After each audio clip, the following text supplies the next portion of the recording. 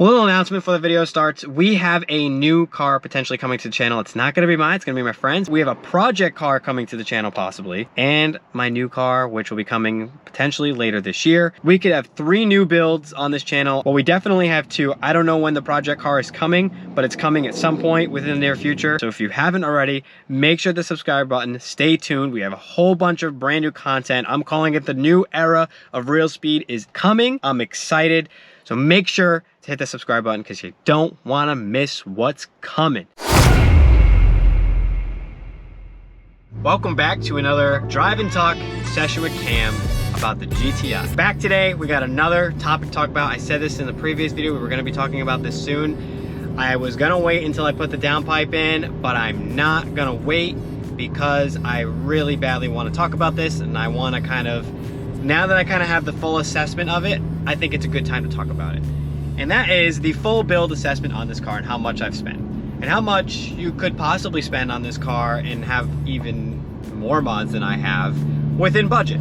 For starters, the first thing I pretty much bought for this car was the exhaust. I went with kind of a budget exhaust. I wouldn't say it was the cheapest, but it wasn't definitely the most expensive. I went with the MBRP 3-inch catback exhaust, and it was $730. It sounded the nicest out of all the ones I've looked at. And I looked at X-Force, I looked at Borla, which I don't recommend.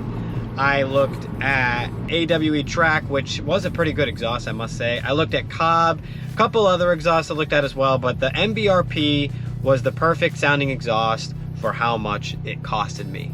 Now, the exhaust, looking back at what I would go with now, is I'd probably go with the titanium Cobb exhaust, which I believe was $1,500 or $1,600, or I would go with the Bolt X exhaust by Ego X, which I believe is like $2,500. I would go with something like that. I did look at the FI exhaust for this car, which is pretty nice, but over $3,000, it didn't sound much better than the titanium Cobb or the Bolt X exhaust.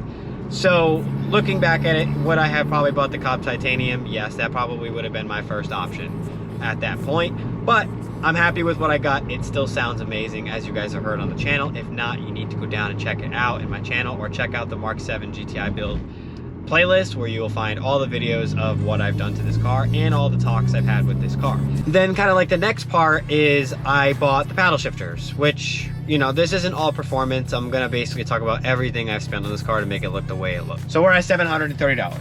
We're gonna tack it on the screen. We're at $730 bucks. Then I bought the paddle shifters. I got them on sale at DSG Paddles. They were $85. Best paddle shifters I've ever bought. They have ones for like $150, $200. Unless you really want to be considered bougie, go for it.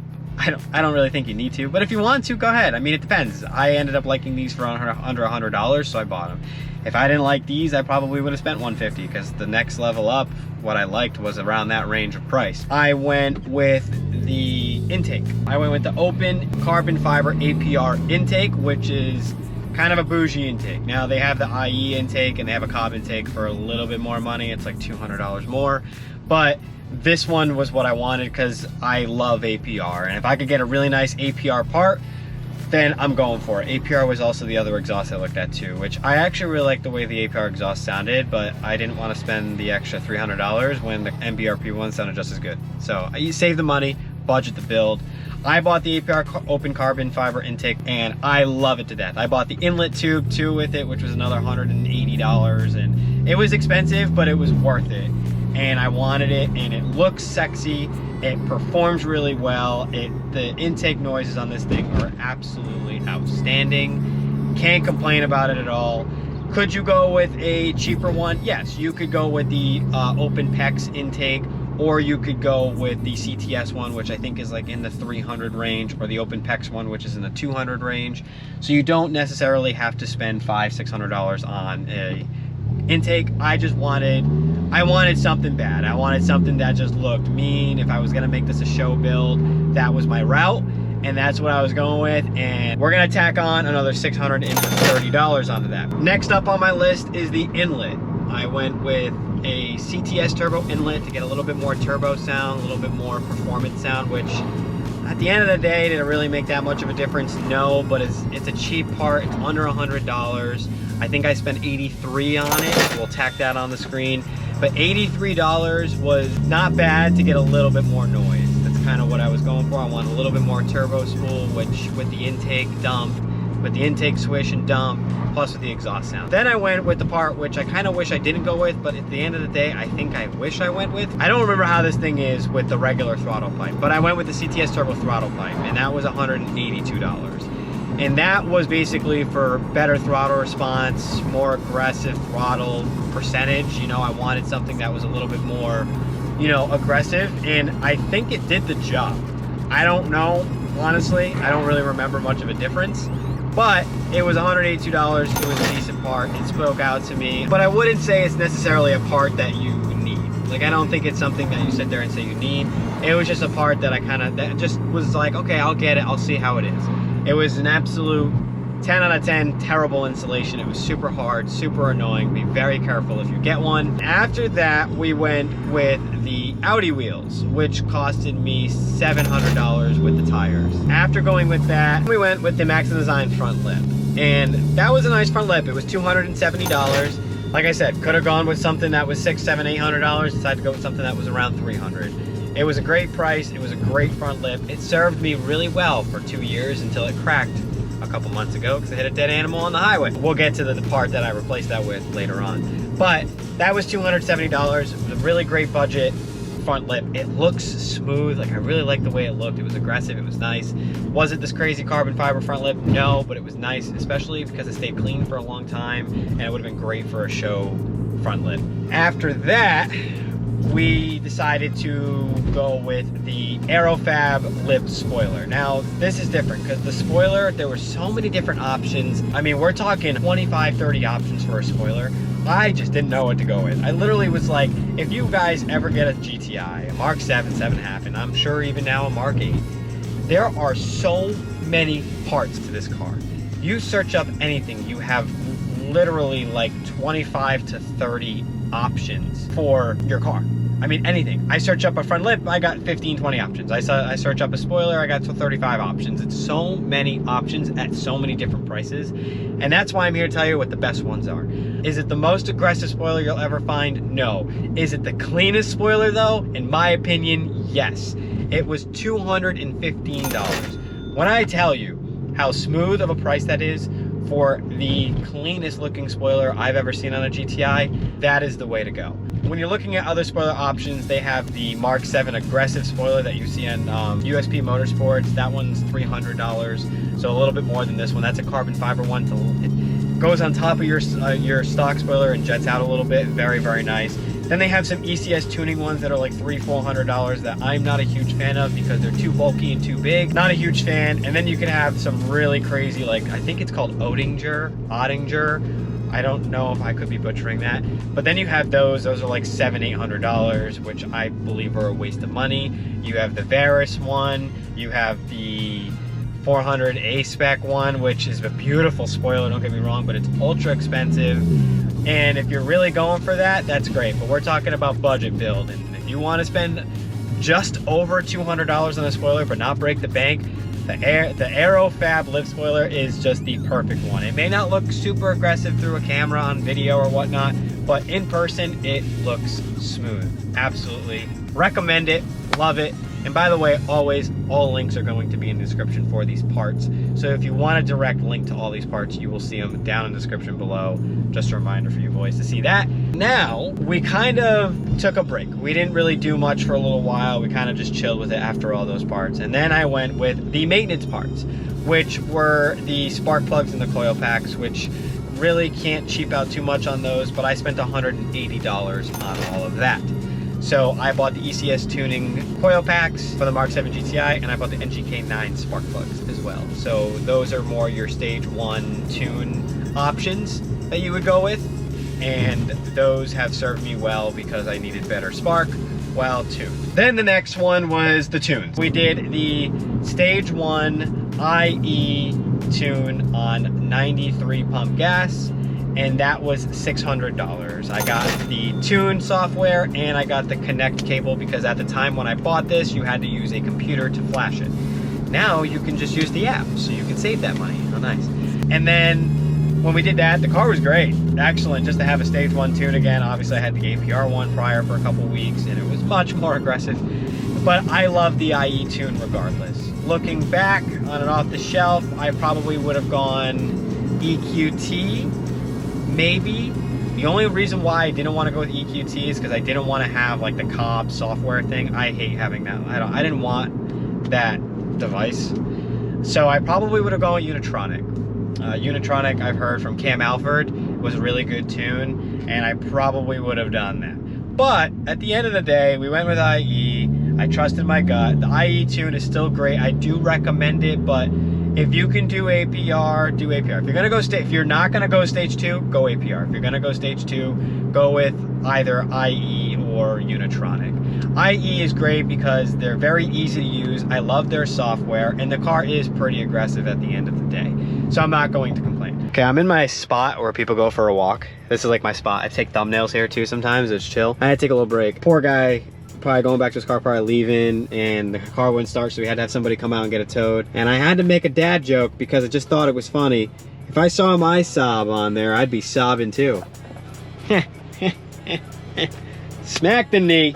I thought that was the fun. I just like saw the car, was sitting here, and I was like, damn, I'd be sobbing too.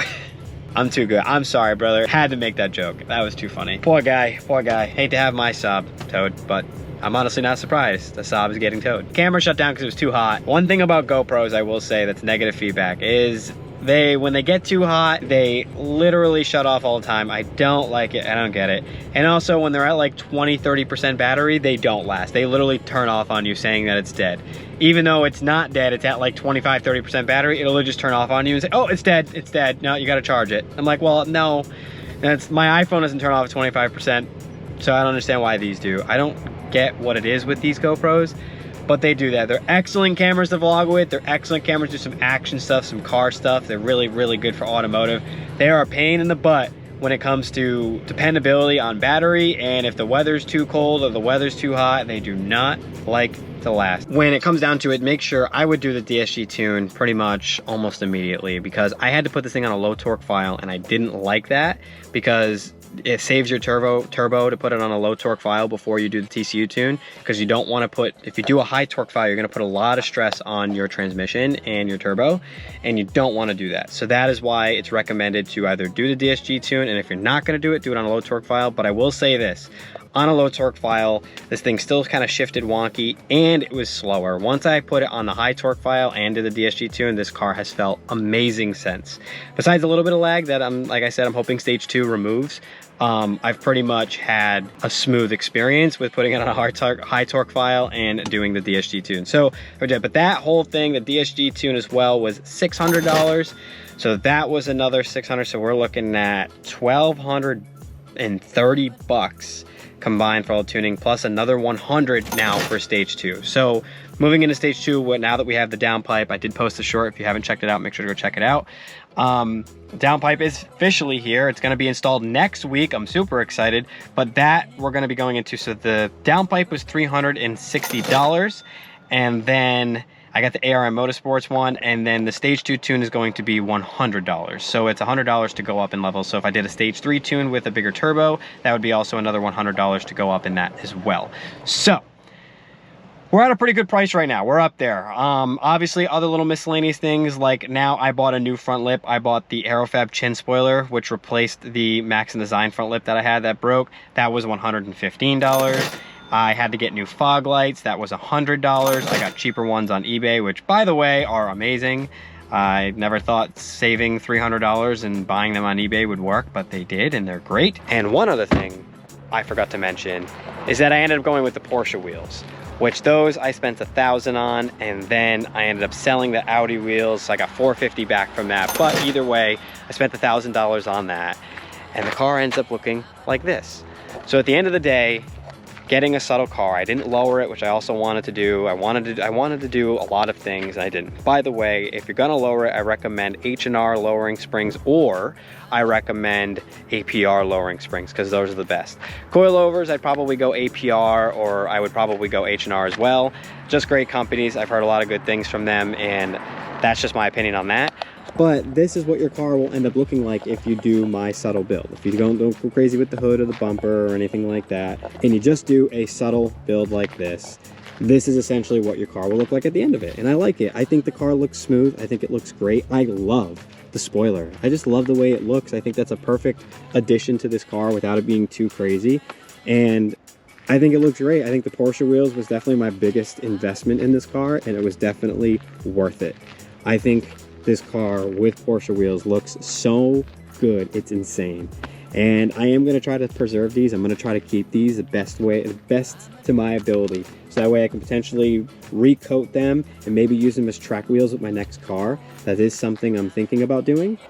So who knows? We might do that. But you could see that this car was my daily, and I used it for a lot of traveling, a lot of work. I'd use it for a lot of things, and I did a lot of things with it. So it's definitely got some wear and tear on it, and I think that's why I didn't go crazy on the build, was because I didn't want to put all of that money into it, and then at the end of the day the car ends up getting wrecked or something ends up happening with the front bumper or the rear bumper. So that's the reason why I think I didn't go as crazy as I wanted to. But the next car, we won't be driving as much. We'll just be building and doing a whole bunch of mods to it. So that car will be my opportunity to essentially do anything and everything I want and just go crazy. So that is gonna happen, I promise you. Front bumpers, rear bumpers, whatever we decide to do, we will do. But other than that though, this car has been pretty smooth. I put the interior lights in this car. Obviously I did the paddle shifters, which just look really great. Then I have the IE tune. I keep it plugged in at all times so I can check my stats and everything, which by the way, the app is amazing. It's just super smooth. I can go over it a little bit in another video, but the app is so much better than using the computer. And honestly, since I have both programs, I can show you a comparison of how the IE tune looks on the computer compared to how it looks on the phone. It's so different, so crazy. And it's honestly a lot easier. I do like the computer maps because it's all kind of popped up for you so you can kind of see different things, but the phone is so much more convenient, so much easier. It's great. That's why I'm liking a lot of these. And I know APR just came out with it too. My next car, I'm most likely going to go APR tune. So when I do that, I should be able to use the app and everything. And that's just going to be really cool. But I don't know. I just think this is a really nice subtle build. And I think the car just looks really good. I did what I thought I wanted to do. And that was the thing, is with this car, I wanted to kind of keep it clean. You know, I kept it clean with my Volkswagen Passat, and I had so many options with this car, but I didn't know what I wanted to do, and I didn't want to spend all the money if I didn't really want it. So I kind of kept it the way I wanted it. I think I got overly excited with this car, as I really wanted a car that was just screaming performance, a car that was really loud, a car that had so much potential, a lot of power, and I can inject all of that in it by adding modifications. We really kind of did just performance-based stuff this car. That was like the main purpose. While the next car, we're going to do a little bit of both. We're going to add as much horsepower as we possibly can to the next car, up to 800 to 1,000 if we possibly can, and we're going to make it look really nice, like a show car. We're going to add some really nice parts to it, and we'll do the same thing. We'll do a budget build on that too, because at the end of the day, I still have a budget, and I still don't want to go outside of it. So at the end of the day, I'll be able to go over some of those parts with you along the whole process, and you'll be able to see the whole 9 with that car. And even already, make sure to hit the subscribe button, because we have this build to finish. We have a project car coming to the channel. We have another car coming to the channel from my friend, and then we have my new car coming to the channel at some point. So if you haven't already, make sure to hit the subscribe button, make sure to hit the bell next to it so you get notifications whenever I post videos, boys. But stage 2 is coming very, very soon, so stay tuned, and we'll see you in the next one. Peace out, boys.